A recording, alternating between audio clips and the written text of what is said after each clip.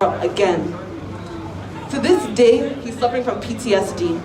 We have men and women in our country suffering the trauma that they live with every single day. So us being here is just so small. And when we say end SARS, we must be very tactical about what that means.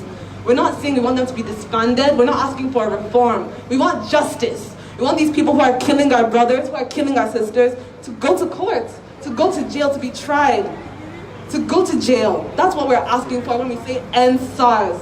No justice? No peace. No justice? No peace. No justice? No peace. Big round of applause, ladies and gentlemen. I like this. Can you raise that sign up for me? I want us to stand in solidarity again. We're going to read off the names of victims of SARS because this is very important, all right? So when I say the names, you just say the names after me. Emmanuel Egbo. Emmanuel Egbo. Daniel Adewoyi. Daniel Adewoyi. Chibuke Anams. Chibuke Anams. Ayomide Taiwo. Ayomide Taiwo. Ifeoma Abogu. Ifeoma Abogo. Kolade Johnson. Kolade Johnson. Jimo Isia. Jimo Isia. Peter Iforu. Peter Iforu. Tina Ezekwe. Tina Ezekwe. Tony Oroma. Tony Oroma. Harry Ataria. Harry Ataria. End SARS. Now. End SARS. Now. End SARS. Now. Now, next person I want to introduce to you, ladies and gentlemen, is one of our artists out here. He goes by the name of Papi Ojo. Let's have a big round of applause for Papi Ojo. Good afternoon, guys. Good afternoon. Good afternoon. Once again, thank each and every single one of you guys for coming out here. It's not easy. Some of us miss work. Some of us are missing money, but we're here because we have one mission. And that mission is to what? End SARS. That mission is to what? End SARS. For a lot of people like you or like me, I came here when I was 11 years old, feel me? So I didn't really personally get to experience what my cousins, my uncles, my aunties are experiencing back home. But that doesn't mean that we can't do stuff to help people back home. We have family members, we have friends, classmates that are going through these things. I saw a video yesterday of a guy getting shot for no reason, for just standing. Me personally, I've not experienced it as a man, but my family has experienced it. I lost my uncle to SARS. My uncle was a businessman. On his way to work, SARS were chasing people left and right. They saw my uncle. My uncle is very well kept, like he's very clean. Because my uncle is looking fresh, walking to work, they chased him to a river. My uncle falls in the water, can't swim. He's drowning. And then they all surround him, watching him, saying that if anybody help the guy come out the water, they will shoot him. That's how my uncle lost his life. I live with my grandma. Till today, she still cries over that situation.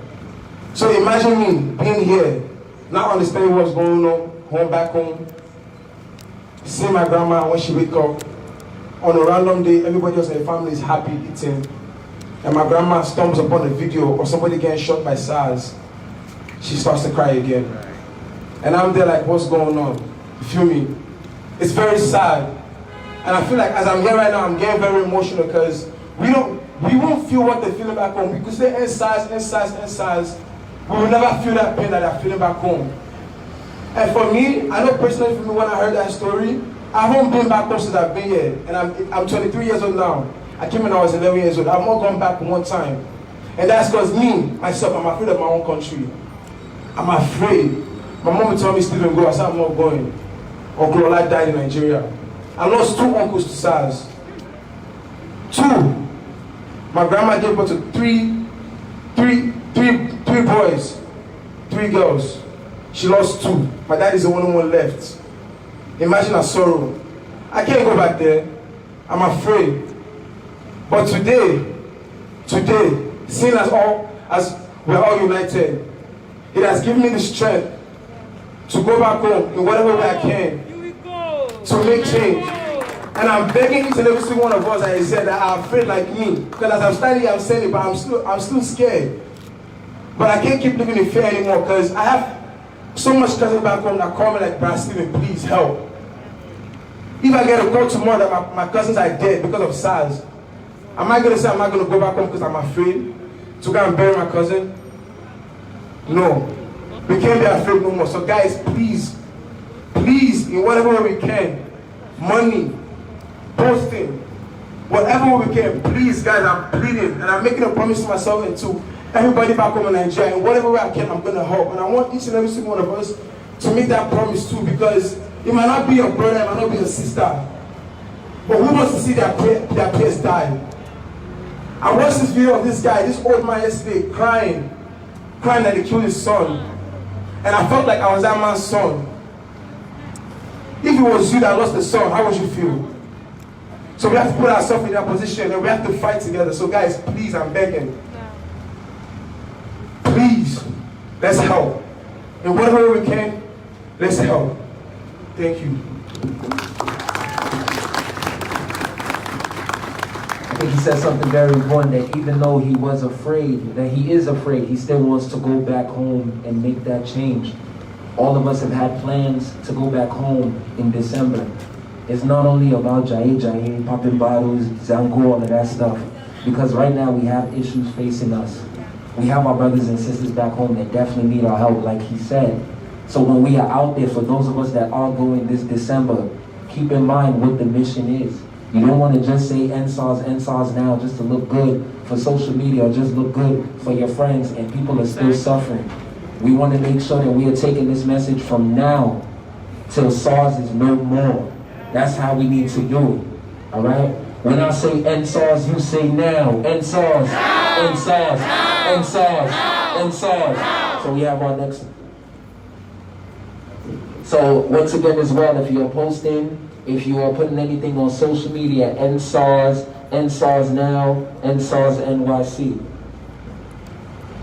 So we have Martin's next up sharing his story as well. Let's make a round of applause bigger, ladies and gentlemen. Yeah, let's keep that round of applause going. NSARS. NSARS.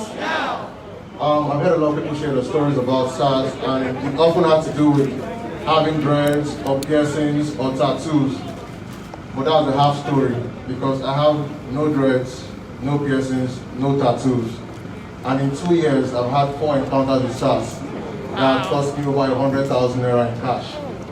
The very first time, I just went shopping with my boys, went on vacation in Lagos. We got some new phones, we were in a Taxify.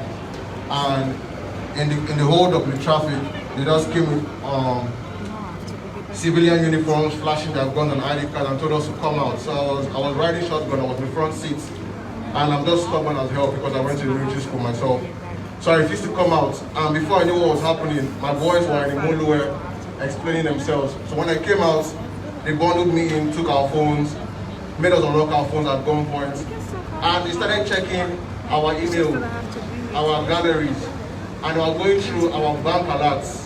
It made us open our mobile phone bank apps to see how much we had in different accounts. And they started driving us around and started looking at our pictures. And the only way we were able to leave was God was so kind. At that very point in time, my dad started to call. And they had no choice but to let me pick my phone. And they're like, oh, you be Christian boy, you love your father, you love your papa, how God let you go. And then you drop out at the random bus stop. That same day, I don't know if it was God's sign that I shouldn't have been in Lagos, but that same day in the evening, we were about to go get dinner, and they stopped us again in a different area of Lagos on the mainland at Dopemu. And this time they were like, okay, I'll be Yahoo boy, see your fingernail long. Now we can use the control for night. I was like, what does the length of my fingernails have anything to do with being a criminal or being anything? And we showed them our office ID cards, nothing changed. And the only way we left was when you gave them 5K. The first time was the last time I had encounter with these people. And it was the worst, because then I just lost both grandparents, buried them, and I just got back to Lagos. Again, I was in Taxify, which makes me start to think, are these guys working with SARS? Because somehow, they always drive to where the SARS are stationed, and when they are harassing us, they say nothing. And all they want to do is, okay, make I end the trip, they go. What the fuck are you saying? You're going to leave me here in the middle of the night or in the middle of the day with these guys. And it's always been terrible. So like, I want to change the narrative that it has nothing to do with how you appear, how you're dressed, what qualifications you have. Everybody's a target, regardless of gender or regardless of the sexual orientation. It doesn't make any difference to them. All they want is their money. And in my case, they didn't even want transfers. like, oh, so you want transfer to go fit Trackers Babi? They took me to the ATM at gunpoint and made me withdraw 100,000 naira in cash. What was my crime? My driving permit was 2 months expired, and I didn't bother renewing it because I knew I was leaving in the next month. And that was why they took 100,000 naira from me and my cousin in cash, right there in Lekki at Lekki Gate. So SARS is evil, and it is not a representation of Nigerian mentality or anything. They are spawns of hell. And this thing has been happening since the days of the Bible, because even in Luke 4:13, Jesus tells the soldiers, like, you don't need to extort people or kill people falsely. Be content with your wages.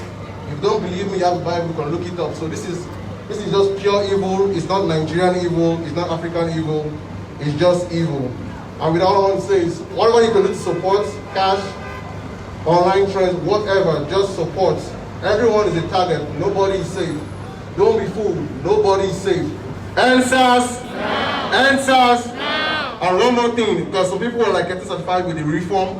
That reform is bobo, is wash. They changed the name from NEPA to PHCN. How far?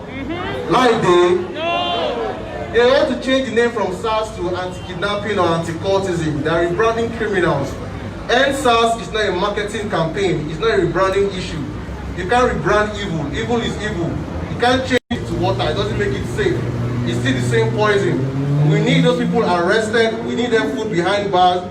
We need their guns taken away from them, because if you disband them and they live with their guns, they'll just become the full-blooded criminals that they are. Period. Answers.